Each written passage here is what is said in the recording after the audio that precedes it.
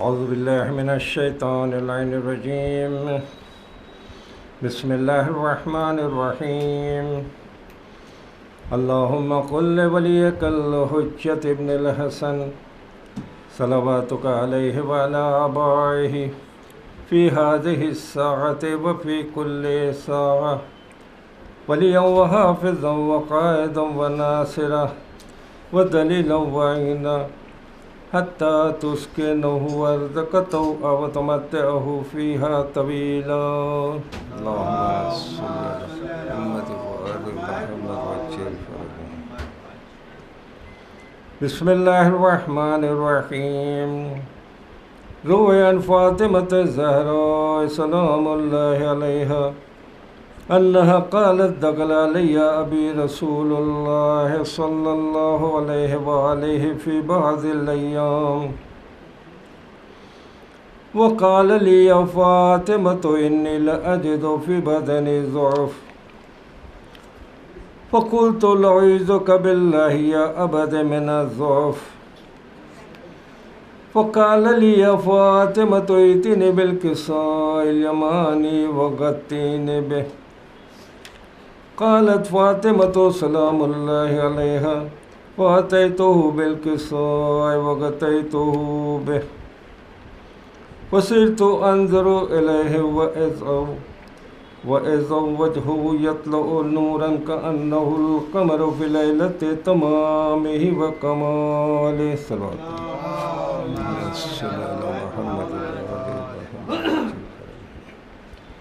قالت فاطمة سلام الله عليها فما كانت إلا ساعة وإذا بولد الحسن قد أقبل وقال السلام عليك يا أماه، فقلت وعليك السلام يا ولدي وقرة عيني، فقال يا أماه إني أشم عندك رائحة طيبة كأنها رائحة جد رسول الله صلى الله عليه وآله. فقلت نعم إن جدك نائم تحت الكساء. فأقبل الحسن نحو الكساء وقال السلام عليك يا جداه. السلام عليك يا رسول الله، أتأذن لي أن أدخل معك تحت هذا الكساء؟ قال وعليك السلام يا ولدي قد أذنت لك. فدخل الحسن عليه السلام معه تحت الكساء. صلوات پڑھیں.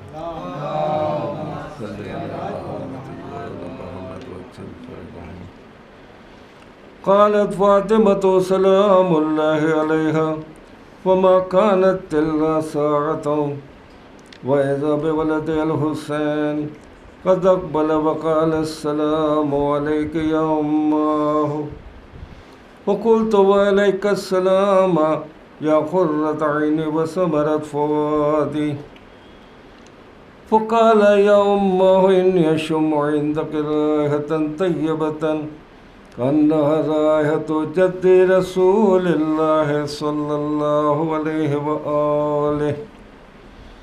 قلت نعم يا بني إن جدك واقع تحت الكساء. فأقبل الحسين عليه السلام نحو الكساء وقال السلام عليك يا جداه. السلام عليك يا رسول الله، أتأذن لي أن أدخل معك تحت هذا الكساء؟ قال وعليك السلام يا ولدي قد أذنت لك. ودخل الحسين عليه السلام معه تحت الكساء. صلوات.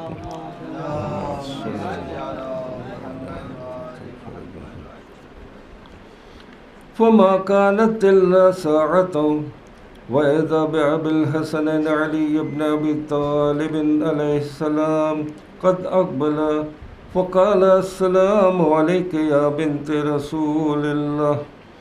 فقلت وعليك السلام يا ابن أم رسول الله. فقال يا فاطمة إني فقال يا فاطمة إني أشم عندك رائحة طيبة كأنها رائحة وكيع بن عم رسول الله. فقلت نعم ها هو مع ولديك تحت الكساء. فأقبل علي عليه السلام نحو الكساء وقال السلام عليك يا رسول الله، السلام عليك يا من اختاره الله، أتأذن لي أن أدخل معكم تحت هذا الكساء؟ فقال صلى الله عليه وآله وسلم وعليك السلام يا ولي الله، يا علي قد أذنت لك. فدخل علي عليه السلام وهم تحت الكساء. اللهم صل على محمد وآل محمد وعجل فرجهم. ثم أقبلت فاطمة سلام الله عليها نحو الكساء وقالت السلام عليك يا أبتاه، السلام عليك يا رسول الله، أتأذن لي أن أدخل معكم تحت هذا الكساء؟ فقال وعليك السلام بضعتي ويا قرة عيني يا فاطمة قد أذنت لك. ودخلت فاطمة معهم تحت الكساء. اللهم صل على محمد وآل محمد وعجل فرجهم.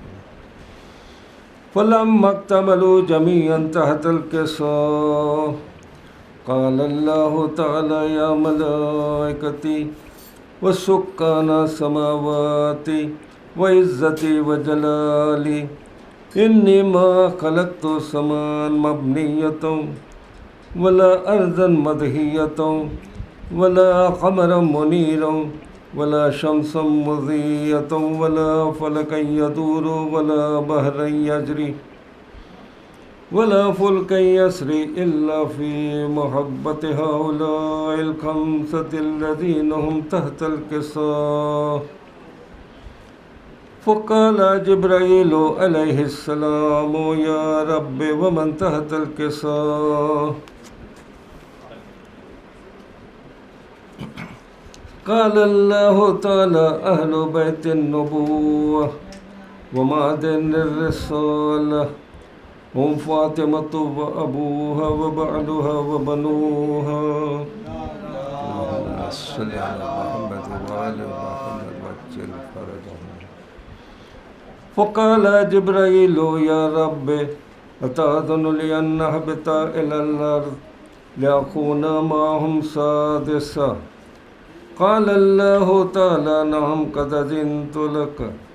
فهبط الأمين جبرائيل وأقبل نحو الكساء وقال السلام عليك يا رسول الله، السلام عليك يا من اختاره الله، إن الله عز وجل يقرؤك السلام ويخصك بالتحية والإكرام ويقول لك بعزتي وجلالي إني ما خلقت سماء مبنية ولا أرضا مدهية ولا قمرا منيرا ولا شمسا مضيئة ولا فلكا يدور ولا بحرا يجري ولا فلكا يسري إلا لأجلكم ومحبتكم. وقد أذن لي أن أدخل معكم تحت هذا الكساء، فهل تأذن لي أنت يا رسول الله؟ قال نعم قد أذنت لك. ودخل جبرائيل معهم تحت الكساء. صلوات اللهم صل على محمد وقال لهم إن الله عز وجل قد أوحى إليكم يقول إنما يريد الله ليذهب عنكم الرجس أهل البيت ويطهركم تطهيرا.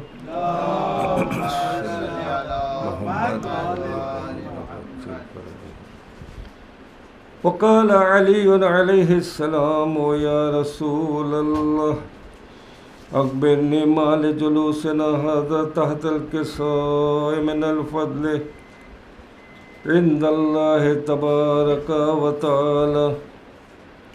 فقال رسول الله صلى الله عليه وآله ما ذكر خبرنا هذا في محفل من محافل أهل الأرض وفيه جمع من شيعتنا ومحبينا إلا ونزلت عليهم الرحمة وحفت بهم الملائكة واستغفرت لهم بلا أن يتفرق. صلوات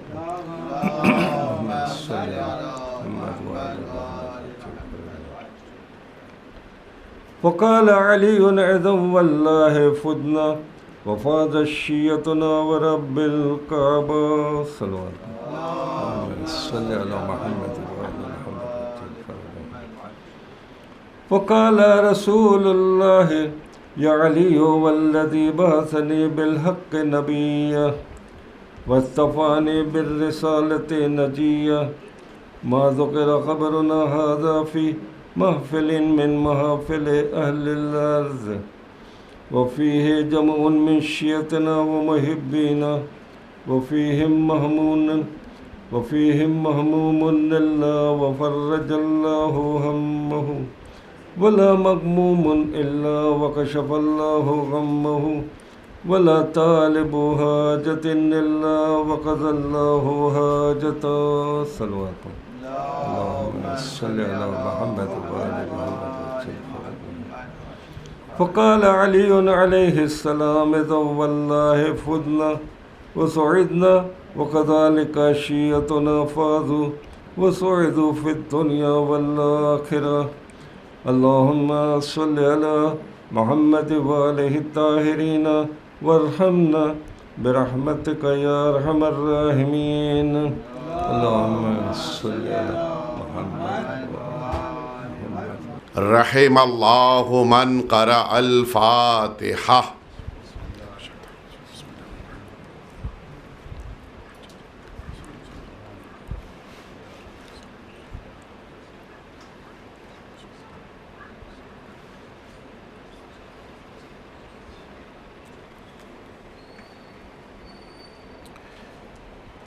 لا حول ولا قوة إلا بالله العلي العظيم. حسبنا الله ونعم الوكيل نعم المولى ونعم النصير. أعوذ بالله من الشيطان الرجيم. بسم اللہ الرحمن الرحیم. الحمد للہ الذی لا يبلغ مدحته القائلون ولا يحصي نعماءه العادون ولا يؤدي حقه المجتهدون. ثم الصلاة والسلام والتحية والإكرام على سيد الأنبياء والمرسلين سيدنا ومولانا أبي القاسم محمد.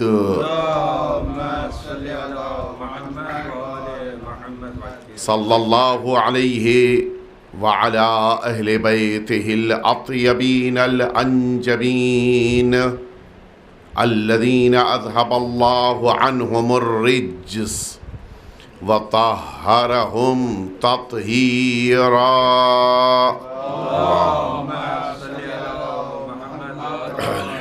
لا سيما الإمام المبين بقية الله في الأرضين الحجة الثاني عشر الإمام المهدي المنتظر. اللهم صل على محمد عجل الله تعالى فرجه الشريف وأرواحنا وأرواح العالمين لتراب مقدمه الفداء واللعنة الدائمة الباقية على أعدائهم أجمعين أما بعد فقد قال الله الحكيم في كتابه المبين هو الذي بعث في الأميين رسولا منهم يتلو عليهم آياته ويزكيهم ويعلمهم الكتاب والحكمة وإن كانوا من قبل لفي ضلال مبين. مل جل کے صلوات بھیجتے ہیں آپ حضرات.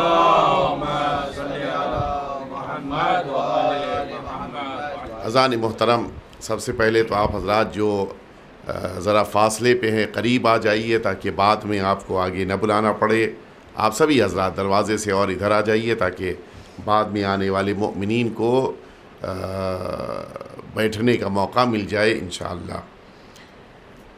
اذان محترم، گفتگو سورہ جمعہ کی اس آیہ شریفہ کے ضمن میں مسلسل آپ حضرات کی سماعتوں کے حوالے کی جا رہی ہے کہ جس میں اللہ رب العزت نے اپنے نبی کے اس کائنات میں آنے کی وجہ اور بعثت کا مقصد واضح کیا ہے. فرمایا کہ هو الذی بعث فی الامیین رسولا منہم، مکے والوں کے درمیان انہی میں سے ایک رسول کو بھیجا، اور پھر ان کا مقصد کیا تھا؟ یتلو علیہم آیاتہ، ان کا کام یہ تھا کہ وہ اللہ کی آیتوں کی تلاوت کریں، وَيُزَكِّيهِمْ، اور ان سب کا تزکیہ کریں، ان سب کو پاک صاف کریں، وَيُعَلِّمُهُمُ الْكِتَابَ وَالْحِكْمَةَ، اور ان سبھی کو کتاب اور حکمت کی تعلیم دیں. یہ مقصد ہے کہ جس کے لیے اللہ نے اپنے رسول کو بھیجا. اس کے بعد فرمایا کہ وَإِن كَانُوا مِن قَبْلُ لَفِي ضَلَالٍ مُبِينٍ، اگرچہ وہ شروع سے اس سے پہلے گمراہیوں میں، اور وہ بھی کھلی ہوئی گمراہی میں ڈوبے ہوئے تھے. اس کے معنی یہ ہے کہ اگر گمراہیوں سے نجات دلانی ہے تو پھر اللہ کی آیتوں کی تلاوت بھی ضروری ہے، تزکیہ نفس بھی ضروری ہے، اور ساتھ ہی ساتھ اللہ کی کتاب اور حکمت کی تعلیم بھی دینا پڑے گا. درمیان میں جو عمل ہے وہ تزکیہ نفس ہے.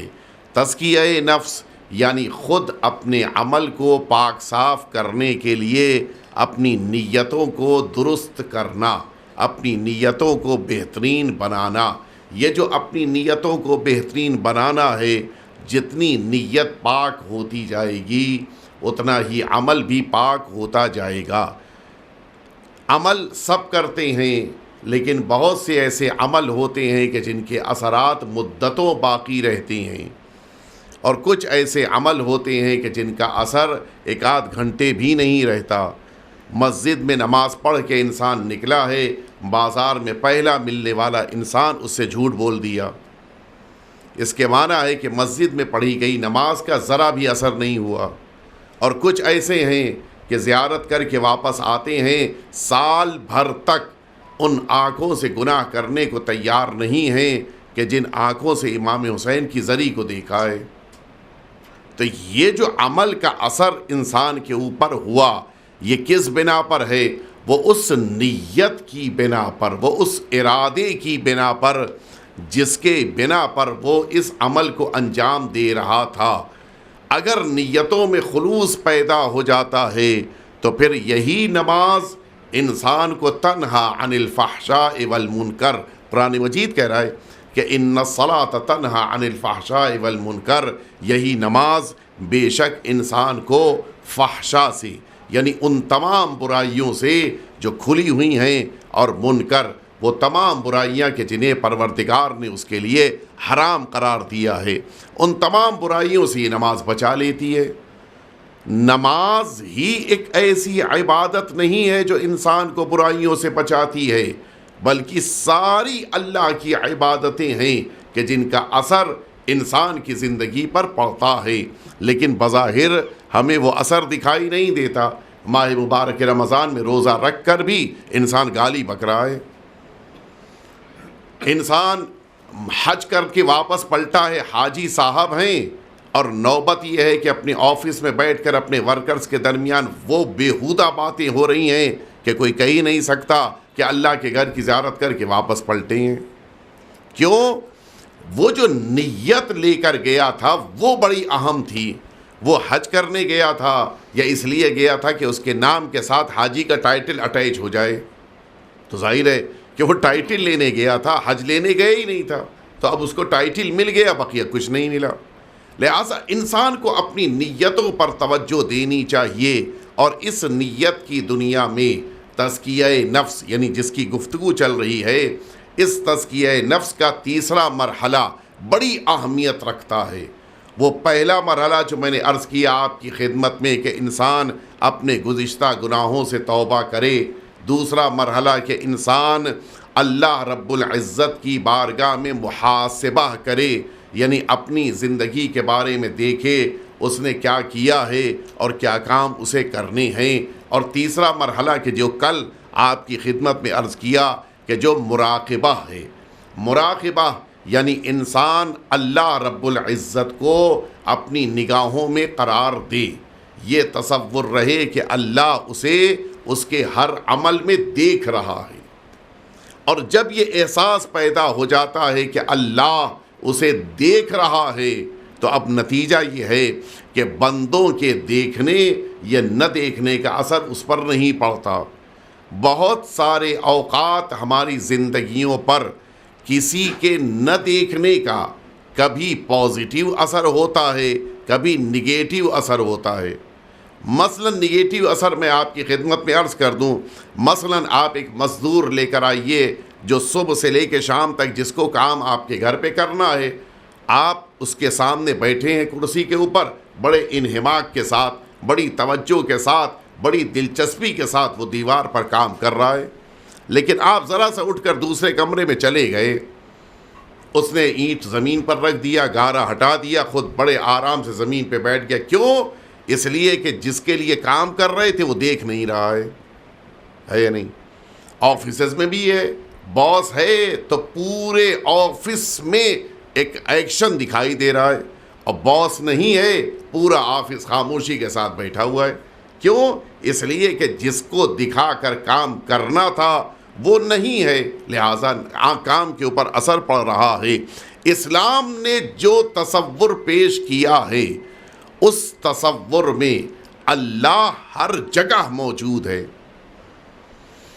ذات پروردگار ہمیں ہر جگہ دیکھ رہی ہے، وہاں پر ہمارا کوئی ساتھی موجود ہو یا موجود نہ ہو، وہاں کے اوپر سی سی ٹی وی کیمرہ موجود ہو یا موجود نہ ہو، وہاں پر حتیٰ کوئی بشر نہیں، کوئی مخلوق بھی نہیں ہے، پھر بھی اس کے باوجود اللہ رب العزت دیکھ رہا ہے. تم مسجد میں ہو تب بھی اللہ دیکھ رہا ہے، تم بازار میں ہو تب بھی اللہ دیکھ رہا ہے، تم گھر میں ہو تب بھی اللہ دیکھ رہا ہے. اور اسی لیے اب اس جملے پہ میرے غور کیجئے گا، یہ سب سے بڑا امتیاز ہے اس مذہب کا کہ اس مذہب میں اس ذات پروردگار کی عبادت کرنی ہے کہ جس کے پاس جسم نہیں ہے. جسم محدود ہوتا ہے. آپ کے پاس جسم ہے، آپ اس روم میں ہے، بغل کے کمرے میں نہیں ہے. آپ کے پاس جسم ہے، آپ اس وقت یہاں اس گھر میں بیٹھے ہیں، آپ اپنے گھر میں نہیں ہیں. اس گھر میں جہاں پر آپ نہیں ہیں وہاں پر لوگ مطمئن ہیں کہ آپ نہیں دیکھ رہے ہیں. اب نتیجہ یہ ہے کہ وہ انسان جب اپنے گھر سے نکلتا ہے تو کبھی کبھی اچانک اپنے گھر واپس آ جائے تو دیکھے گھر کا انداز کیا ہے. جس بچے کو چھوڑ کر گیا تھا وہ بیٹا ہوم ورک کر رہا تھا، اس نے جلدی سے آپ کے باہر نکلتے ہی ہوم ورک کی کاپی ہٹائی اور وہ ٹی وی کھول کے بیٹھ کے دیکھ رہا ہے. جس بچے کو دیکھا تھا کہ وہ مثلاً لیپ ٹاپ کے اوپر بیٹھا ہوا کام کر رہا ہے آپ کے سامنے، جیسے ہی آپ باہر نکل کے گئے اس نے لیپ ٹاپ بند کیا، موبائل کے اوپر کھیلنا شروع کر دیا. کیوں؟ آپ نہیں ہیں.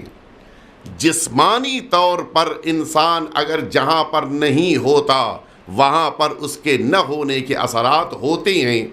اللہ نے اس خدا کا، اسلام نے اس خدا کا تصور پیش کیا ہے کہ جہاں جسم کا تصور نہیں ہے. ذات پروردگار ہر جگہ ہے، اور اسی لیے بقیہ کے وہاں عبادتیں عبادت گاہ میں ضروری ہیں، اس لیے کہ وہاں پر خدا کی کوئی علامت موجود ہے۔ میرے لفظوں پہ غور کیجئے گا، بہت ساری باتیں انسان مائک کے اوپر نہیں کہہ پاتا۔ عبادت گاہوں میں عبادت بقیہ مذہبوں میں اس لیے ہے کہ وہاں پر خدا کا کوئی اثر، کوئی اس کی نشانی موجود ہے۔ ہمارے وہاں عبادت گاہوں میں عبادت اس لیے نہیں ہے کہ خدا وہاں پر ہے، صرف ایک وجہ سے عبادت گاہوں میں عبادت ہے کہ عبادت گاہ کی عبادت کا ثواب زیادہ ہے، بس، اور کوئی فرق نہیں ہے۔ خدا وہاں بھی ہے، خدا گھر میں بھی ہے، اور اسی لیے ہمارے روایتوں میں مستحب قرار دیا گیا ہے کہ اپنی واجب نمازوں کو عبادت گاہوں میں، اللہ کے گھر میں، مسجد میں پڑھو، اور اپنے گھروں میں مستحبی نماز پڑھو، تاکہ تمہارے اندر یہ احساس پیدا ہو کہ میرے پروردگار کے لیے عبادت کی کوئی جگہ مخصوص نہیں ہے، ہر جگہ میرا پروردگار موجود ہے۔ اور اب جب یہ عبادتوں کی دنیا میں تیسرے مرحلے تک آپ کو لے کے آ گیا، 4 مرحلے تھے، ذات پروردگار کے اپنے بندوں پہ نظر رکھنے کے 4 مراحل تھے، 2 میں نے کل عرض کیے تھے، تیسرا مرحلہ آج آپ کے سامنے آ گیا۔ پہلا مرحلہ جو کل میں نے عرض کیا تھا کہ جس میں انسان گناہوں سے بیزار ہو جاتا ہے، گناہوں سے دور ہو جاتا ہے، اگر یہ احساس پیدا ہو جائے کہ خدا دیکھ رہا ہے۔ دوسرا مرحلہ، انسان مصیبتوں کے موقع پر جب یہ احساس پیدا ہو جائے کہ میرا پروردگار مجھے دیکھ رہا ہے، اس کے اندر مصیبتوں پہ صبر کرنے کا جذبہ بیدار ہو جاتا ہے۔ تیسرا مرحلہ عبادتوں کی دنیا میں، علیکم السلام، آئیے تشریف لائیے، قبلہ آئیے، اوپر تشریف لے آئیے، مل جل کے آئے، تشریف لے آ جائے۔ علیکم السلام۔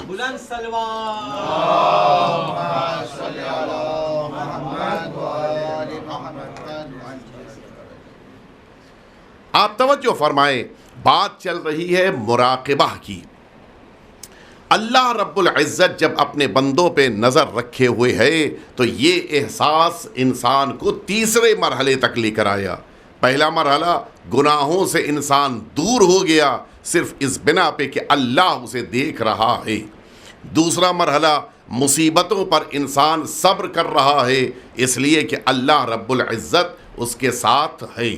تیسرا مرحلہ، عبادتوں کی دنیا میں جب یہ احساس پیدا ہو جاتا ہے کہ اللہ اس کی عبادتوں پر نظر رکھے ہے، اور اسی ذات سے قربت کے لیے عبادتیں اس نے اختیار کی ہیں۔ اب نتیجہ یہ ہے کہ اللہ دیکھ رہا ہے، تو اب عبادتوں میں وہ خلوص پیدا ہو جاتا ہے کہ جس خلوص کو عبادتوں کی بنیاد قرار دیا گیا ہے۔ تبھی یہ خلوص پیدا ہو سکتا ہے کہ جب انسان یہ تصور پیدا کر لے کہ میرا پروردگار میری نمازوں کو دیکھ رہا ہے۔ یہ جو انسان کے اندر ایک بہت بڑا مسئلہ پیدا ہوتا ہے کہ جس میں انسان یہ محسوس کرتا ہے کہ دوسرے کے لیے اپنے عمل کو انجام دینا ہے، یہ کیوں پیدا ہوا؟ اس لیے کہ دوسروں کو اس نے اتنا اہم سمجھا کہ اس ذات کو فراموش کر دیا کہ جس ذات سے اسے ثواب لینا تھا۔ آپ تھوڑا سا آگے بڑھائیے تاکہ یہ بات کے مجمع کو بیٹھنے والا جائے۔ آپ بھی آگے آ جائیے جناب، آئیے آگے آ جائیے۔ اور بابا صلوات صلی علی محمد۔ انسان ذات پروردگار کو سب سے عظیم سمجھے گا تو پھر کسی بندے کے لیے عمل انجام نہیں دے گا، لیکن اگر کسی بندے کو دکھاتے ہوئے اس نے عمل انجام دیا، اس کے معنی ہے کہ اس کی نگاہ میں اس بندے کی ویلیو زیادہ ہے، اللہ کی عظمت اس کی نگاہ میں کم ہے۔ ریا کا مسئلہ آتا ہی وہاں پر ہے جہاں پر انسان اللہ کی عظمت کا اقرار نہ کر رہا ہو۔ ورنہ اگر انسان کو پتا ہے کہ میرا پروردگار مجھے بہترین اجر دینے والا ہے، تو میں کیوں اپنی اتنی بڑی محنت کو بندوں کو دکھا کر ضائع کر دوں؟ بندہ دے گا تو کتنا دے گا؟ گھنٹے 2 گھنٹے کی واہواہی کے علاوہ تو کچھ نہیں دے سکتا ہے۔ اس کے اندر تو اتنی ہمت نہیں ہے کہ وہ بڑے بڑے اجر مجھے عطا کر سکے۔ اگر اللہ سے اجر لینا ہے تو پھر بندے کے لیے نہیں انجام دینا ہے، اور اگر بندوں کے لیے انجام دیا ہے تو پھر اللہ سے اجر کی امید نہیں رکھنی ہے۔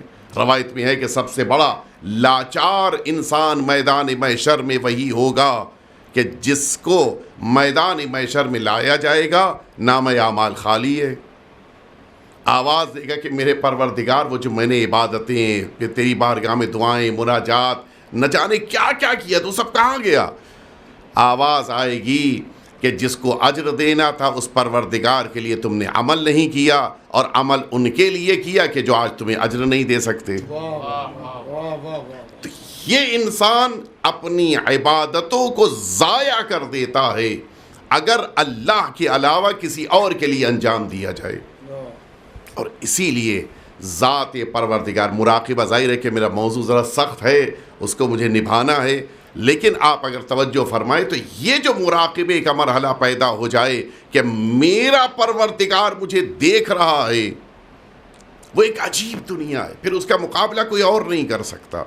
اور اسی لیے کل جیسا میں نے عرض کیا تھا کہ عبادتوں کے موقع پر اگر آپ غور کیجئے، مصیبتیں بھی انسان کو آسان محسوس ہوتی ہیں۔ آج اس کے بعد کا مرحلہ میں عرض کر دوں، جس عظیم الشان امام کی شب شہادت ہے، آپ کی حیات طیبہ کے 3 پہلو بڑے مختلف ہیں۔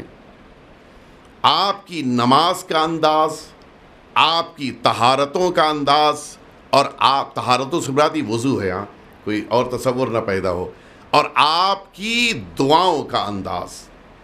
جس موقع کے اوپر آپ وضو کے لیے آگے بڑھتے تھے، روایتوں میں ہے کہ ایسا لگتا تھا کہ کسی عظیم کام کے لیے آپ آگے بڑھ رہے ہیں، اور کبھی کبھی وضو کا پانی ہاتھ میں جب اٹھاتے تھے ہاتھوں میں لرزہ پیدا ہو جاتا تھا۔ ہم تو موبائل پہ بھی بات کر لیتے ہیں وہ اپنے اس کے درمیان، وضو کرنے کے درمیان، ہمیں تو پتہ ہی نہیں چلتا وضو کب ہو گیا۔ نماز کا عالم یہ تھا کہ جس موقع کے اوپر نماز کے لیے آپ کھڑے ہوتے تھے تو آپ کا پورا وجود لرز رہا ہوتا تھا، یہاں تک کہ جس موقع پر آپ نماز کے عالم میں ہیں، اور ابو حمزہ صومالی کی روایت ہے کہ انہوں نے دیکھا کہ مولا نماز کے عالم میں ہیں، اور نماز کے دوران آپ کے دوش پر موجود یہ ردا آپ کے دوش سے گر گئی۔ آپ سبھی واقف ہیں کہ یہ ردا کی اپنی ایک اہمیت ہوتی ہے، نماز میں ثواب کی بھی زیادتی کا سبب بنتی ہے، اور بہرحال اس کے بڑے فضائل ہیں۔ اس موقع کے اوپر جب مولا کی عبا، یہ ردا جو لاسٹ ہم لوگ پہنتے ہیں، مولا کے دوش سے گر گئی، ہونا یہ چاہیے تھا قاعدتاً کہ جو ہم لوگ کے درمیان ہوتا ہے کہ اس کو اٹھا کر دوبارہ اپنے دوش پہ قرار دے لیا جائے اور پھر نماز کو جاری رکھا جائے۔ مولا نے ایک لمحے کے لیے بھی رک کر اس ردا کو نہیں اٹھایا، نماز مکمل کر لی بغیر ردا کے۔ اس موقع کے بعد ابو حمزہ صومالی نے آگے بڑھ کر پوچھا کہ فرزند رسول، آپ نے کیوں اس طرح سے، یعنی آگے بڑھ کر آپ نے ردا کو کیوں نہیں اٹھایا؟ اس موقع کے اوپر مولا نے جملہ فرمایا ہے وہ بڑا قیمتی ہے۔ مولا اس موقع کے اوپر تعلیم دیتے ہوئے فرماتے ہیں کہ تمہیں نہیں پتہ ہے کہ میں کس عظیم الشان بارگاہ میں، کس عظیم الشان ذات کی بارگاہ میں کھڑے ہو کر نماز پڑھ رہا تھا۔ وَيْ حق، مولا نے فرمایا اتدری بین یدی من کنت، کیا تمہیں نہیں پتا ہے کہ میں کس عظیم ذات کی بارگاہ میں کھڑا ہوا تھا؟ اور اس کے بعد فرمایا کہ ان العبد لا يقبل من صلاته الا ما اقبل علیہ منها بقلبه، اللہ رب العزت کی بارگاہ میں عبادتوں میں بس وہی عبادت قبول کی جاتی ہے کہ جو اپنے دل کے ساتھ ادا کی جائے۔ دل کہیں اور ہے، جسم کہیں اور ہے، نیت کہیں اور ہے، ارادہ کہیں اور ہے، عزم کہیں اور ہے، زبان پہ کلمات کچھ اور ہیں، اس نماز کا کوئی فائدہ نہیں۔ اس موقع پہ اب یہ جملہ سنیے، ابو حمزہ صومالی کہتے ہیں کہ میں نے مولا سے کہا کہ مولا پھر تو ہم سب ہلاک ہو گئے، ہم میں سے کون ہے جو ایسی نماز پڑھتا ہو؟ ہے کوئی کہ جس کے وہاں اصلاً تصور بھی نہ پایا جاتا ہو کہ جہاں پر انسان ذرہ برابر بھی اپنے قلب کے ارادے سے، نیت سے اور اللہ کے حضور میں ہونے سے باہر نکل کے تصور بھی کر سکے۔ اس موقع کے اوپر کہتے ہیں ابو حمزہ صومالی کے مولا کہ ہلک نہ، ہم سب تو پھر گئے، تباہ ہو گئے، پھر ہم میں سے کسی کی نماز گئی نہیں اللہ کی بارگاہ میں۔ مولا نے فرمایا کہ کلا، یہ ہے کرم اہل بیت اطہار کا اور یہ ہے رحمت پروردگار کی۔ مولا فرماتے کہ کلا ان اللہ عز وجل متمم ذالک بالنوافل، پروردگار نے تمہاری نمازوں میں پائے جانے والے نقص کو پورا کرنے کے لیے ان مستحبی نمازوں کو رکھا ہے۔ یہ مستحبی نمازیں پڑھ لو تاکہ اصل نماز کے اندر پائی جانے والی کمیوں کو پروردگار پورا کر دے۔ یہ ہے کرم پروردگار کو۔ وہ جانتا تھا کہ ہماری نمازوں کا کیا عالم ہوگا، اس کے علم میں ہے کہ ہم کس طرح سے اپنی نمازوں کو ادا کریں گے، لہٰذا ہمیں تصور کی دنیا میں سوچنا چاہیے کہ کیا ہم نے اپنی عبادتوں کو اللہ کے لیے انجام دیا۔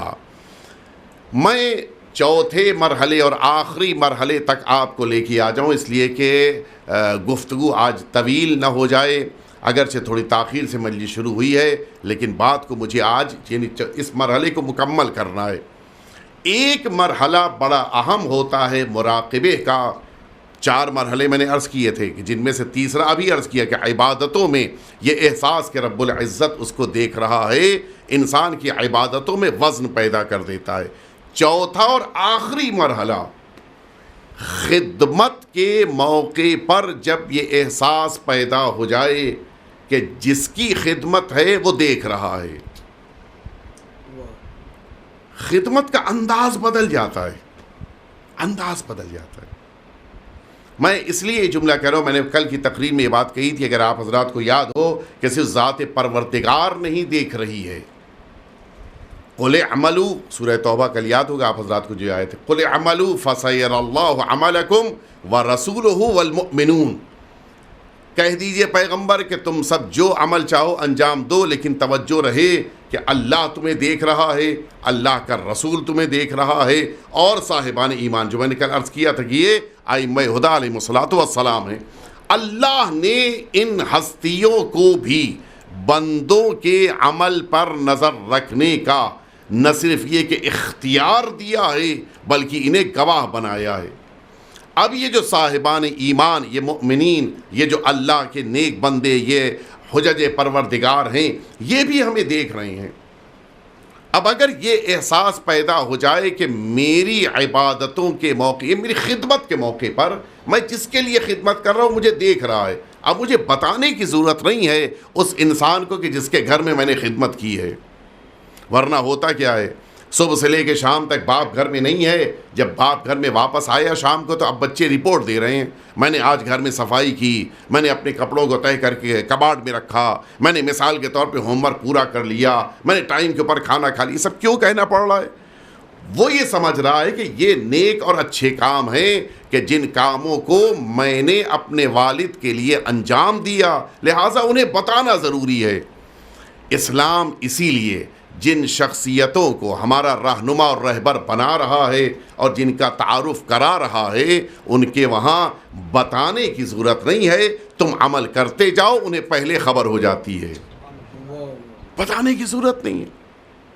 یہ جو رپورٹ دینے کا مسئلہ ہے وہ اہل بیت اطہار اور رسول اللہ اور اللہ کے وہاں ممکن ہی نہیں ہے، ضرورت ہی نہیں ہے، اس لیے کہ تم نے کیا کیا، حتیٰ کیا نہیں کیا، تم نے کیا ارادہ کیا وہ بھی انہیں پتہ ہے۔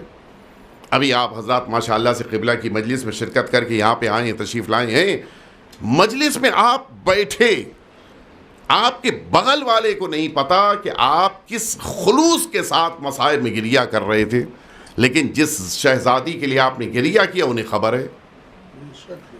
جس آقا کے لیے آپ مجلس میں شریک ہوئے وہ آقا جانتے ہیں کہ آپ کتنی دور اس کے سے زحمتوں کے ساتھ آئے تھے۔ آپ کو صاحب خانہ کو بتانے کی بھی ضرورت نہیں ہے کہ مجھے رکشہ نہیں مل پایا، مجھے پیدل چل کے آنا پڑا، یا مثلاً یہ کہ ٹیکسی سے نکلا تھا، راستے میں ٹیکسی پنکچر ہو گئی، خراب ہو گئی، مجھے اس کے بعد دوسری ٹیکسی کرنی پڑی، مشکل ہوئی، سب کچھ بھی کرنے کی ضرورت ہی نہیں۔ کیوں؟ اس لیے کہ آپ کو اجر صاحب خانہ سے نہیں، امام حسین سے لینا ہے۔ تو اب یہ ساری فکر ذہنوں سے نکل جاتی ہے جب خدمت کے مرحلے میں انسان یہ احساس پیدا کر لے کہ میں جس ذات کی خدمت کر رہا ہوں وہ مجھے دیکھ رہے ہیں۔ مجھے بڑا اچھا لگا اس خطیب کا جملہ کہ کبھی کبھی چھوٹے موٹے کام پروردگار سامنے لا کر قرار دے دیتا ہے اور دیکھنا چاہتا ہے کہ تمہارے اندر خلوص کتنا ہے۔ آپ لفٹ سے اتر رہے ہیں اور آپ نے دیکھا کہ ایک مرد مومن نے اپنے پیے ہوئے گلاس یا اپنے پی ہوئی باٹل کو لفٹ کے اوپر چھوڑ دیا ہے. یہ چھوڑا نہیں ہے، یہ پروردگار نے اس کے بعد آنے والے مؤمن کی خدمت کے جذبے کو آزمایا ہے. ایک عزادار کی چھوڑی ہوئی باٹل کو اگر اس نے اٹھا کر ڈسٹ بن میں ڈال دیا، دنیا میں کسی نے نہیں دیکھا، لیکن مکمل اجر پروردگار سے مل جائے گا. یعنی بعض چھوٹی چھوٹی خدمتیں ہوتی ہیں کہ جو پروردگار عالم اپنے بندوں کے لیے یہ موقع فراہم کرتا ہے. کوئی نہیں دیکھ رہا ہے لیکن خدا دیکھ رہا ہے، کوئی نہیں جانتا ہے لیکن میرا پروردگار جانتا ہے. اور اسی لیے کبھی کبھی انسان کو اکیلے میں بیٹھ کر بھی مجلسیں سننا، مرثیے سننا، نوحے سننا، حتیٰ مرثیے کی کتاب لے لے، مرثیہ بیٹھ کر پڑھنا، تاکہ اس کے اندر وہ خلوص تو پیدا ہو کہ میں اکیلے بھی امام حسین پر اتنا ہی گریہ کرتا ہوں جتنا مجمع میں بیٹھ کے روتا ہوں، اکیلے بھی امام حسین پر اتنا ہی ماتم کرتا ہوں جتنا مجمع میں کرتا ہوں. کہیں ایسا نہ ہو کہ مجمع میں میں ماتم نہیں کروں گا تو بغل میں کھڑا ہوا انسان کہا کہ دیکھیے ماتم ہی نہیں کرتے یہ. میں اگر گریہ نہیں کروں گا تو بغل والا سوچے گا کہ ان کے اندر، ان کے پاس آنسو ہی نہیں امام حسین کے لیے. کہیں دوسروں کے لیے نہ ہو رہا ہو، لہٰذا اپنے کو بھی آزمانا چاہیے. ہماری یہ خدمتیں، ہمارے اندر یہ جو جذبے ہیں دوسروں کی خدمت کے، وہ خالصاً لوجہ اللہ ہونے چاہیے، صرف اور صرف اللہ کے لیے. اور پھر ذات پروردگار چونکہ ہمارے لیے ان ہستیوں کو ناظر قرار دے رہا ہے، نظر رکھنے والی ذات قرار دے رہا ہے، لہٰذا میں نے چونکہ لفظیں سخت نہ ہو جائیں اس لیے کبھی کبھی ترجمہ کر کے بھی کہنا پڑتا ہے کہ لفظیں آپ کے لیے آسان ہو جائیں. اللہ رب العزت ان شخصیتوں کو ناظر بنایا ہے، اور اسی لیے آپ اگر غور کیجئے جتنا زیادہ خدمت کی دنیا میں خلوص پیدا ہوتا جاتا ہے اتنا ہی انسان میں وزن بھی پیدا ہوتا جاتا ہے. عزاداری میرا شخصی عمل ہے، لیکن اگر اسی عزاداری میں ہم نے خدمت کو بھی شامل کر لیا تو یہ عزاداری بھی ہے اور خدمت بھی ہے. میں ایک مثال دوں، نوحہ پڑھنا یہ میرا اپنا عمل ہے، ماتم کرنا یہ میرا اپنا عمل ہے، مصائب کے موقع پر گریہ کرنا یہ میرا اپنا عمل ہے، لیکن اسی مجلس میں آنے والوں کے لیے پانی لے کر کھڑے ہو جانا یہ خدمت ہے. نوحے کے درمیان مثال کے طور کے اوپر جیسے بعض جگہوں پہ کیوڑا چھڑکا جاتا ہے، کیوڑے کا چھڑکنا یہ خدمت ہے. یا ایک اور میں مثال دوں، کبھی کبھی ہم لوگ سوچتے ہیں کہ ہم یہ کام کر رہے ہیں، کیا یہ عزاداری ہے یا نہیں ہے. وہ افراد کے جو علم مبارک لے کے کھڑے ہیں انہوں نے ماتم تو نہیں کیا، وہ تو مستقل علم مبارک لیے ہوئے ہیں، لیکن کیا ان کی خدمت ایک ماتم دار کے ماتم سے کم ہے؟ نہیں ہو سکتا. یہ جو خدمت ہے یہ ضرور ہماری زندگیوں میں ہونی چاہیے. میرے اپنے عمل کے ساتھ ساتھ خدمت کا جذبہ بھی ہمارے اندر ہونا چاہیے، اور جیسے ہی یہ خدمت کا جذبہ بیدار ہو جائے گا ہم اپنے اندر وہ چیزیں دیکھنے لگیں گے کہ جو بقیہ سے ہمیں مختلف بنا دیں گی. میں ایک چھوٹی سی مثال دوں، قبلہ موجود ہیں، اکثر و بیشتر ہم لوگ کے ساتھ ہوتا ہے کہ جب زیارتوں پہ جاتے ہیں، کیا بتائیں قبلہ ذریعہ مبارک تک پہنچ نہیں پائے. اچھا پہنچ گئے تب پھر اب آپ دیکھیے، پھر تو 10 منٹ مولا انہی کے ہیں، اب تو چھوڑیں گے نہیں. مولا بڑی محنت سے یہاں تک آئے ہیں، بڑی مشقت اٹھائی ہے، کوہنیاں کھائی ہیں، ٹھوکریں لگی ہیں، لوگوں نے کچلنا چاہا ہے، دبایا ہے، اب تو 20 منٹ مولا میرے. یہیں سے اب خدمت کا جذبہ پیدا ہوتا ہے. میں مولا کی سے کہہ سکتا ہوں کہ مولا 10 منٹ میرے پاس وقت ہے، میں 9 منٹ اس کو دے رہا ہوں جو میرے پیچھے کھڑا، میں اب زیارت کر کے پیچھے آ رہا ہوں. میں آپ کی خدمت میں عرض کروں کہ بعض باتیں واقعاً انسان کی زندگی میں بڑی اہمیت رکھتی ہیں.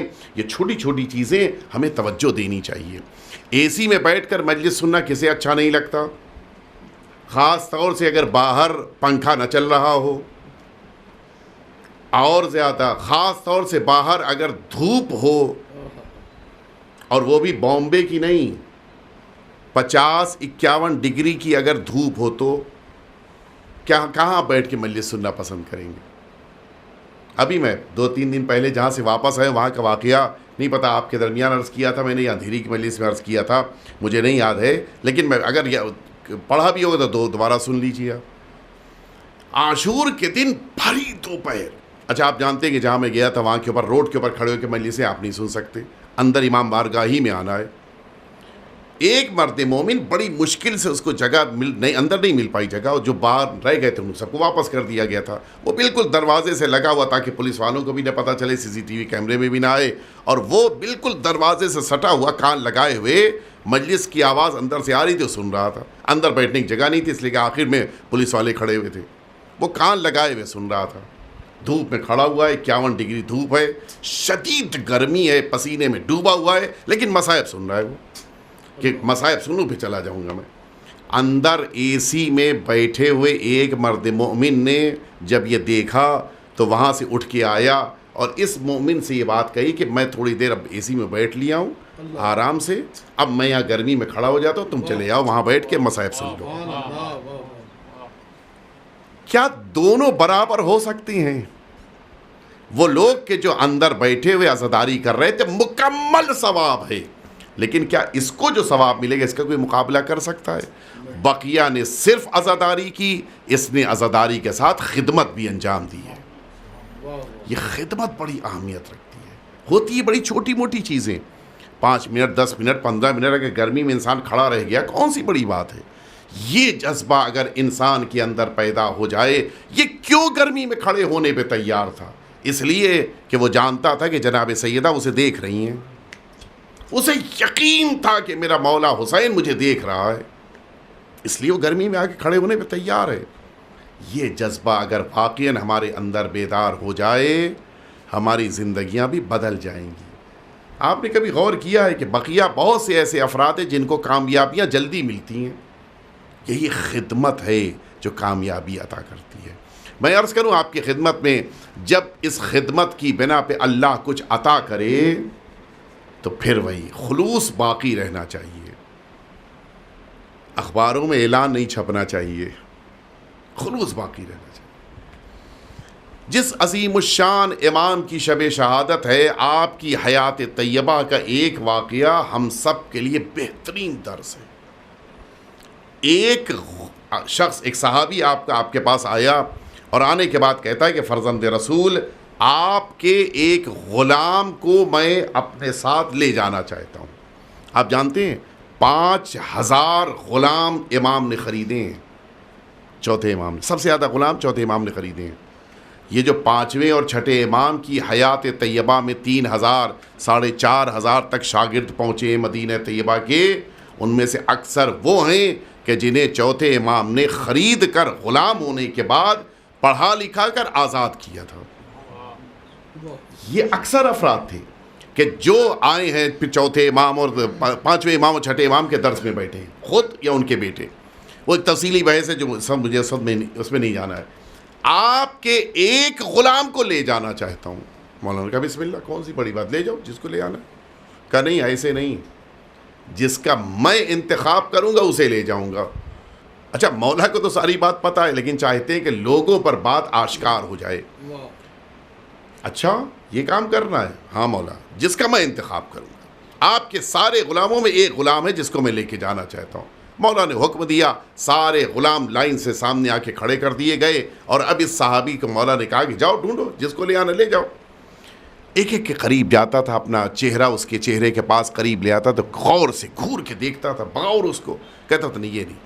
دوسرے کے پاس گیا کہ یہ نہیں، تیسرے کے پاس گیا یہ نہیں. اچانک ایک غلام کے کاندھے پہ ہاتھ رکھا کہ مولا اسے لے جاؤں گا میں. مولا نے کہا لے جاؤ، لیکن ایک بات بتاتے جاؤ. اتنوں کے لیے نو اور اس کے لیے یس، اس کا ریزن کیا تھا؟ اب اس نے راز منکشف کیا. کہتا ہے مولا آپ تو جانتے ہیں کہ اس وقت مدینے کے حالات کیسے ہیں، خشک سالی ہے، پانی ختم ہو چکا ہے، زمین سوکھتی جا رہی ہے، حتیٰ انسان مر رہے ہیں. لیکن آپ جانتے ہیں کہ کل اچانک اسی مدینے میں بارش ہوئی جس کی بنا پہ پورا مدینہ جل تھل ہو گیا. آپ کا یہی غلام کل میں آپ کے بیت الشرف کے سامنے سے گزر رہا تھا، ابھی دروازے تک پہنچا بھی نہیں تھا کہ یہ اچانک آپ کے گھر کا دروازہ کھلا، یہ بڑی تیزی سے باہر نکلا۔ اچھا، اس کا انداز ایسا تھا کہ مجھے کچھ ڈاؤٹ ہوا کہ لگتا ہے، اچھا غلام تو غلامی ہے، ہر زمانے میں یہ جو لو کلاس والے افراد ہوتے ہیں ساری شک کی سوئیاں ادھر ہی جاتی ہیں، ہائی کلاس والوں کا ہمیشہ اچھا سمجھا جاتا ہے۔ مجھے یہ ڈاؤٹ ہوا کہ یہ غلام ہے، کچھ چرا کے بھاگ رہا ہے آپ کے گھر سے۔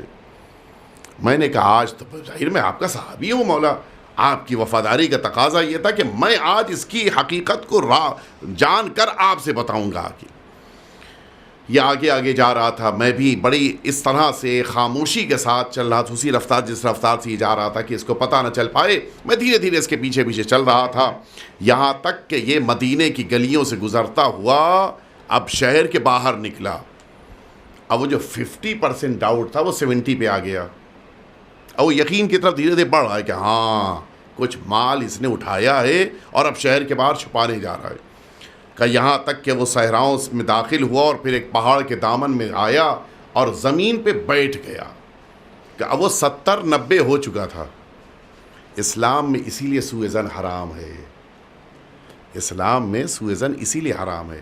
قبلہ موجود ہیں، الا 70 محملہ، روایتوں میں ہے کہ اگر کسی کے بارے میں تمہارے ذہن میں ڈاؤٹ پیدا ہو تو 70 دفعہ اس کے بارے میں حسن ظن اختیار کرو، اچھے ارادے اپنے ذہن میں لے کے آؤ، پھر جب 70 کے بعد اگر کوئی ایک راستہ بھی نہ ملے تب کہیں جا کر وہ آخری، لیکن وہ آخری پہلے آتا ہے 70 بعد میں آتے ہیں۔ کوئی ایک رات میں ابھی 10 بجے ہم یہاں سے نکلیں گے، 11 بجے روڈ کے اوپر کوئی پیر ڈگمگاتا ہوا چلا جا رہا ہے، ہاں ہو نہ ہو یہ آج ٹن ہو گیا ہے، نہیں، ہو سکتا ہے کہ شوگر بڑھ گئی ہو سکتا ہے کہ آج دوا نہیں کھا پایا ہو سکتا ہے پیر زخمی ہو گیا ہو، ہے نہیں 70 ہمارے پاس راستے، نہیں وہ 70 نہیں آئیں گے، وہ 71واں آئے گا پہلے۔ یہی اسلام میں اسی لیے حرام ہے۔ ان بعض الظن اثم، قرآن مجید کہہ رہا ہے کہ یہ بعض ایسے گمان ہے جو گناہ ہیں، حقیقت ہے۔ ہم ذرا سی دیر میں، حتیٰ میں نے دیکھا ایک مرد مومن 2 وائف ہسبینڈ، یعنی دو ہی ہوں گے وائف ہسبینڈ ہیں، وائف ہسبینڈ جا رہے تھے اور ٹیکسی میں بیٹھے ہوئے تھے، انہوں نے کہا نہیں ان میں جھگڑا ہو گیا، کیوں؟ کہ وائف ادھر دیکھ رہی ہے، ہسبینڈ ادھر دیکھ رہا ہے۔ ارے یہ سوء ظن ہے بھائی، یہ سوء ظن ہے۔ وائف ہسبینڈ 2 الگ الگ سمتوں میں دیکھ رہے ہیں کہ ان میں جھگڑا ہے، یہ سوء ظن ہے۔ یہ کون سی بات ہے؟ ہمارے درمیان یہ اس قسم کا مزاج بہت زیادہ ہے۔ اسلام میں مطلقاً اس طرح کا سوء ظن حرام ہے۔ آپ اچھی بات یہ سوچئے، ہو سکتا ہے کہ کسی فکر میں دونوں ڈوبے ہوں، ہو سکتا ہے کوئی اہم مشکل آن پڑی ہو، اس کے حل کے لیے دونوں سوچے، کچھ نہیں۔ اب مجھے پشیمانی ہوئی، وہ جو 50 سے 70 سے 90 95 تک میرا ڈاؤٹ چلا جا رہا تھا، یقین تک میں بڑھ رہا تھا، اب میں پسینے میں شرابور ہو گیا۔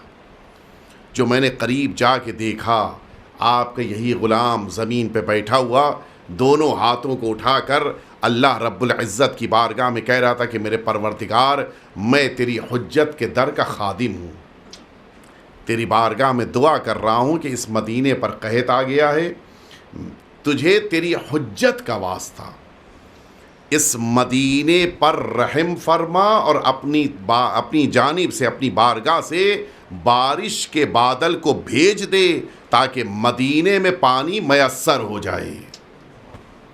اب اتنا میں پشیمان ہوا کہ میں تو بالکل کاٹو تو خون نہیں میرے بدن میں کہ میں نے اتنا بڑا سوء ظن کیا۔ جو اللہ کی بارگاہ میں بیٹھا ہوا دعا کر رہا ہے، اس کے لیے اتنا کچھ سوچا کہ اس کے بعد تو اور بڑی مصیبت مجھ پر آن پڑی۔ میں نے اپنے نفس کو اور لعنت ملامت کی کہ جب میں نے دیکھا کہ اس کی دعا کے بعد آسمان میں بادل آنے شروع ہوئے، اور اب جب تک پشیمانی کے ساتھ میں مدینے واپس پلٹتا، وہ پشیمانی تو دور کی بات رہی، پورے مدینے پہ بارش ہونے لگ گئی۔ کہ آپ کا یہ غلام اس درجے پر فائز ہے۔ اور میں نے اسی وقت فیصلہ کر لیا کہ آپ سے ریکویسٹ کروں گا، درخواست کروں گا، اور اس غلام کو اپنے گھر لے جاؤں گا اور غلام بنا کے نہیں رکھوں گا۔ یہ مستجاب الدعویٰ ہے، جس کی دعا کو اللہ قبول کرتا ہے۔ میں اس مستجاب الدعوہ غلام کو اپنے گھر میں لے کے آؤں گا، اسے آقا بناؤں گا، میں اس کا غلام بن جاؤں گا۔ میں نے کل بھی کہا تھا بھائی، میں نے نعرے کے لیے ذکر کیا تو صلوات نہ بھیجنے کے لیے نہیں کہا تھا۔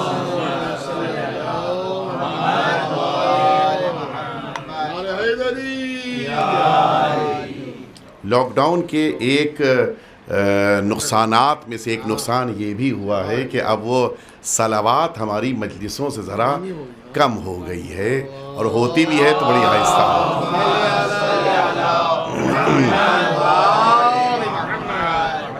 اب کیا ہونا چاہیے تھا؟ اب سنیے، نتیجے تک میں آپ کو لے کے آ گیا۔ دیکھیے، جب اللہ نگاہوں میں ہوتا ہے تو دنیا قدموں میں آ جاتی ہے۔ ہونا کیا چاہیے تھا؟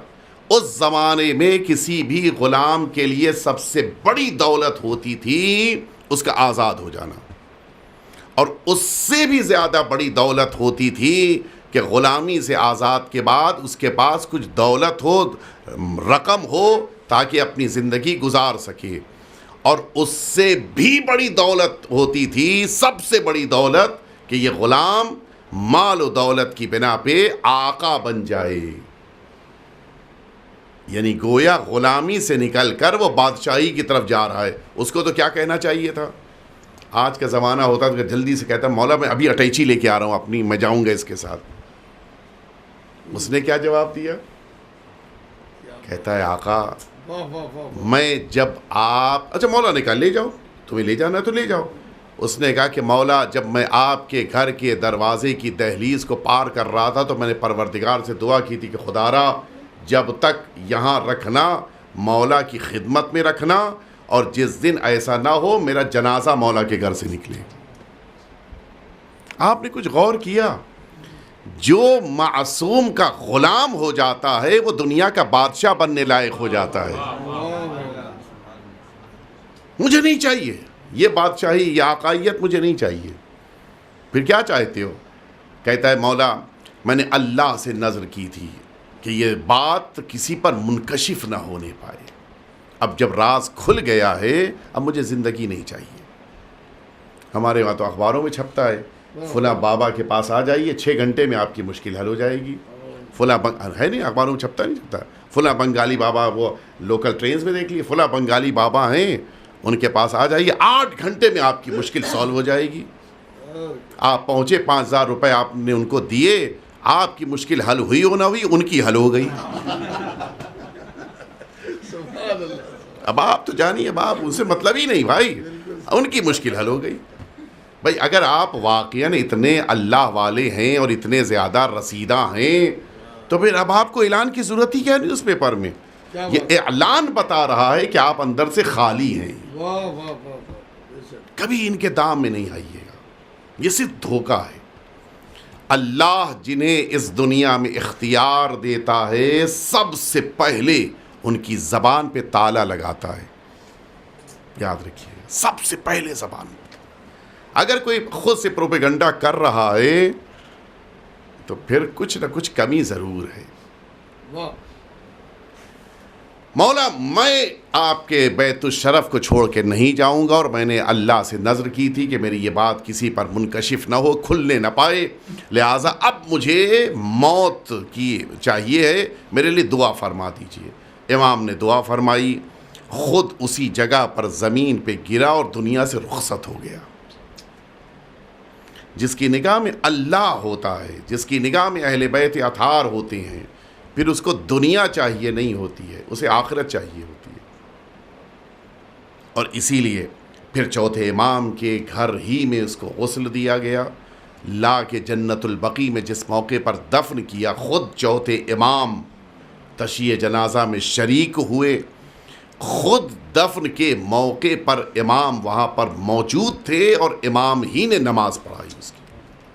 بہت بڑی بات ہے، جس کو اللہ شرف دیتا ہے پھر عظمتیں اس کے قدم چومتی ہیں۔ اس انسان سے بڑا کون ہو سکتا ہے؟ لیکن ضرورت بس اس بات کی ہے کہ امام کا خادم بن جائے، نیتوں میں خلوص ہونا چاہیے، یہ احساس کہ میرا پروردگار دیکھ رہا ہے، یہ احساس کہ میرا رسول دیکھ رہا ہے، یہ احساس کہ میرا امام دیکھ رہا ہے، انسان کی زندگی بدل جاتی ہے۔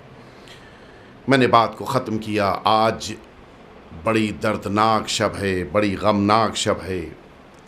جس گھر میں غلاموں کا یہ عالم ہو کہ مستجاب الدعویٰ ہوں، اس گھر کے آقا کا کیا عالم ہوگا؟ اور یہ آقا تو وہ ہے آقا ہیں کہ جو ایک گھر کے نہیں، کائنات کے آقا ہیں۔ امام سجاد، آپ کی زبان میں اللہ نے اثر رکھا ہے۔ آپ ایک دفعہ اگر یہ کہہ دیتے تو ساری دشمن کی فوج تہس نہس ہو جاتی۔ ظلم کہتا تھا کرو آہ کہ جل جائے جہاں، صبر کہتا تھا نہیں سید سجاد نہیں، اور امام نے صبر کیا۔ امام چاہتے تو یقیناً بد دعا کے ذریعے سے ساری کائنات کو مٹایا جا سکتا تھا، لیکن امام حسین کے بیٹے نے اپنے صبر کا مظاہرہ کیا۔ اور ایک جملہ کہتا چلوں، جو صبر امام سجاد نے پیش کیا ہے، شاید اس صبر کا مظاہرہ کہیں اور تاریخ میں نہ ملے، اس لیے کہ ساری مصیبتیں جو کربلا میں ڈھائی گئی ہیں، وہ ساری مصیبتیں وہ ہیں کہ جو ما قبل میں انبیاء کے وہاں بھی آئیں، جو ما قبل میں اولیاء کی بارگاہ میں بھی دکھائی دے رہی ہیں۔ قتل ہونا یہ بھی انبیاء کی سیرت میں دکھائی دے رہا ہے، اولیاء کی سیرت میں دکھائی دے رہا ہے۔ پیاسا رکھا جانا یہ بھی اولیاء کی سیرت میں دکھائی دے رہا ہے، لیکن اسیر ہونا اور مقدرات عصمت و طہارت کے سروں سے چادروں کا چھینا جانا، یہ وہ امتحان ہے کہ جس امتحان میں سید سجاد اکیلے دکھائی دے رہے ہیں۔ اے بابا، میں کربلا سے جب آگے بڑھا ہوں تو مصیبتوں کا وہ ہجوم ہے کہ جس کا مقابلہ اکیلے مجھے کرنا ہے۔ سنیں عزاداروں، 5 مصیبتیں ہیں کہ جن کا تذکرہ ملتا ہے کہ سید سجاد پہ ڈھائی گئی ہیں۔ بعض آج میں عرض کروں گا، بقیہ کل آپ کے سامنے عرض کروں گا۔ سید سجاد کی ایک مصیبت سنیں گے، جس موقع کے اوپر میدان کربلا سے آقا نکل رہے تھے، آپ کے گلے میں ایک ایسی توق ڈالی گئی تھی کہ جس توق کی خاصیت یہ تھی کہ جس میں کانٹے چھپے ہوئے تھے۔ ان کانٹوں کی بنا پہ اگر کوئی انسان گفتگو بھی کرنا چاہتا تھا تو نتیجے میں یہ کانٹے اس کے گلے میں چبھنے لگتے تھے۔ اگر تیز رفتار سے کوئی چلتا ہو تو یہ کانٹے اس کے چبھنے لگتے ہیں۔ سید سجاد اس توق کے ساتھ اس گلے میں پائی جانے والی رسن کے ذریعے سے اس اپنے راستوں کو طے کر رہے تھے۔ دوسری مصیبت سنیں گے، سید سجاد جس موقع کے اوپر آگے بڑھ رہے تھے، آپ کے گلے، آپ کی کمر میں ایک لنگر ڈالا گیا تھا۔ لنگر آپ جانتے ہیں ایک ایسی زنجیر ہوتی ہے کہ جس سے کمر کو جکڑ دیا جاتا ہے اور اس کے دوسرے سرے پر ایک ایسی وزنی شے کو قرار دیا جاتا ہے کہ جب کوئی انسان اس کے ساتھ آگے بڑھنا چاہے تو یہ لنگر کی خاصیت ہوتی ہے، وہ وزن پیچھے کی طرف کھینچتا ہے اور پھر وہ شخص آگے چلنا چاہے۔ امام سجاد کی کمر میں وہ لنگر ہے۔ امام اگر نہ چلنا چاہے تو تازیانے پڑھتے تھے، اور اگر آگے بڑھنا چاہیں تو یہ لنگر پیچھے کی طرف کھینچنے لگتا تھا۔ امام کے جسم اثر پہ کیا گزر جاتی ہوگی، اور پیروں میں آپ کے رسن بندھی ہوئی تھی۔ رسن کی خاصیت یہ ہوتی ہے کہ انسان رسن کی بنا پہ تیز نہیں چل سکتا ہے، رفتار اس کی دھیمی ہونی چاہیے۔ اب عزاداروں سنو، جس موقع کے اوپر شام میں امام داخل ہوئے ہیں، مقتل کا بیان یہ ہے کہ امام کی کمر جھکی ہوئی تھی۔ آپ نے کبھی نہ دیکھا ہوگا 32 سال کا انسان کمر جھکی ہو اور پھر آگے بڑھ رہا ہو۔ وجہ صرف ایک ہے، امام جب آگے بڑھنا چاہتے تھے یہ کمر کا لنگر پیچھے کی طرف کھینچ لیتا تھا۔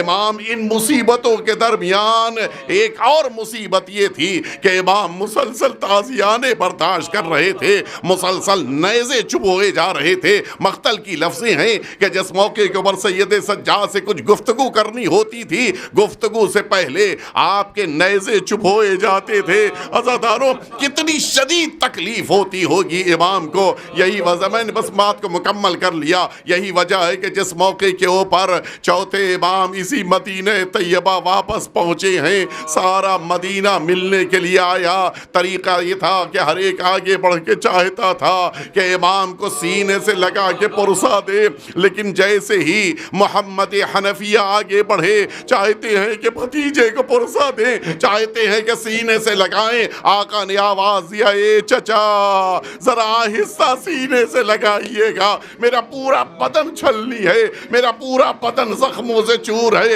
ہاں سید سجاد ان مصیبتوں کے ساتھ جس موقع کے اوپر مدینے پہنچے ہیں، ایک جملہ کہنے کو دل چاہتا ہے، آقا یہ ساری مصیبتیں آپ کی ہیں، لیکن کوئی زینب کے دل سے پوچھے کہ جس نے بھائی کا زخم بھی برداشت کیا ہے، اپنے بچوں کو بھی قربان کیا ہے، اور راستے کی اسیری کے درمیان کبھی نیزے کی نوکوں کو برداشت کیا ہے، کبھی تازیانوں کو برداشت کیا ہے۔ الا لعنت اللہ علی القوم الظالمین وسيعلم الذين ظلموا أي منقلب ينقلبون إلهي بحق الزهراء وأبيها وبعلها وبنيها والسر المستودع فيها أن تصلي على محمد وآل محمد۔ پروردگار ہم سب کے آقا اور مولا کے ظہور میں تعجیل فرما۔ پروردگار آج شب شہادت ہے، ہم سب کی طرف سے ہمارے آقا کی بارگاہ میں تعزیت و تسلیت پیش فرما۔